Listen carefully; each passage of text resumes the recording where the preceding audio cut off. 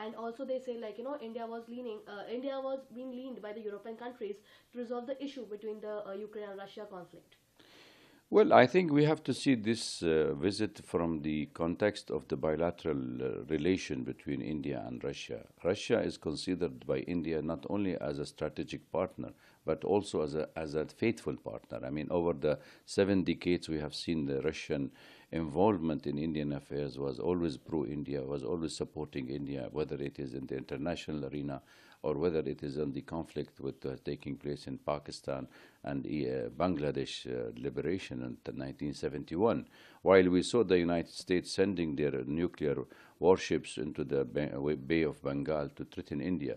And that time, India signed the strategic treaty, Mrs. Indira Gandhi signed with the Russia, USSR, but then against the American wishes. So I think that sort of relation has been built over the years, and Russia have earned a rich heritage from the USSR, and they built on that with the good relation with India. I think India has to utilize the opportunity of the visit of the president of the USSR, Russia, and should be taken full advantage of building a relation on the economy, in the defense, on security, cultural, and all aspects of this bilateral relation, especially at the time when the geopolitical changes is taking lots of fast changes in this part of the world.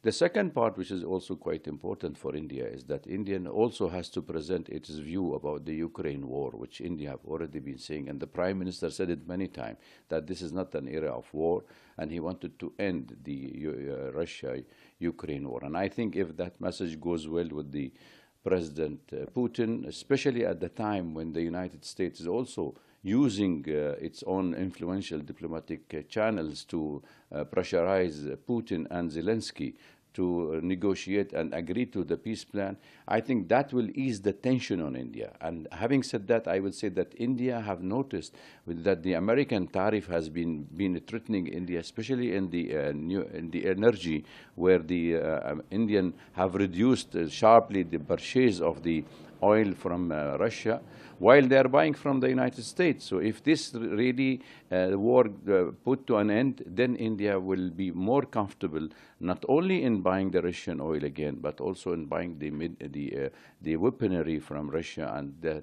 shifting the technical know-how to India and make it more successful. So, BrahMos is the first thing which they have in the agenda. What do you want to say about it? Yes, I think that is what even the Russians are saying, that there will be the fifth generation of the fighters, which is the Sukhoi 57, and including also the S-400 and 500. But I think India is trying to play it low at this time because of the pressure from the United States. They are already under negotiating the deal between the commercial deal between India and the United States, and they don't want it to rock the boat. But having said that, I have noticed that there are also a couple of the envoys of the foreign country from the European Union have already been stating anti-Russia sentiment in the Indian administration, which is not a protocol to be followed according to Geneva Convention, that they should stay away from internal politics, especially when it comes to the bilateral relation.